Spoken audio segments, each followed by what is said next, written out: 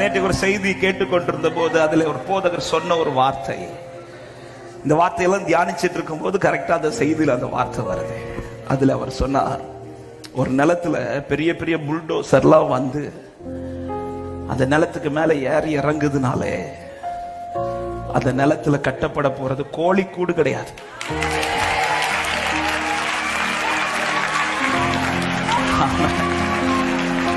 ஹல்லேலூயா. சின்ன கூரை போடுறதுக்கு பிரச்சனை ரொம்ப வராது. பெரிய பில்டிங் கட்டுற நிலத்துல புல்டோசர். எத்தனை பேர் விசுவாசிக்கிறீங்க? என் லைஃப்ல கர்த்தர் கட்டி எழுப்பி கொண்டிருப்பது.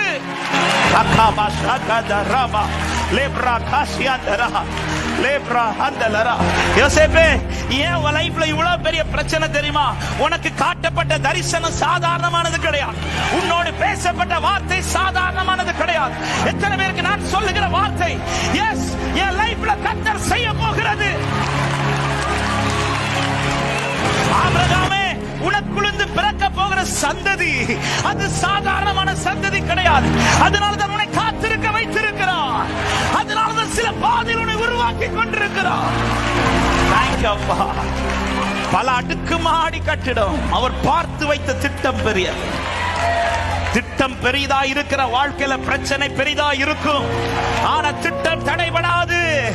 என் வாழ்க்கையில கர்த்தர் எல்லாவற்றையும் சரியாய்தான் செய்கிறார் என்று நம்புறோம்.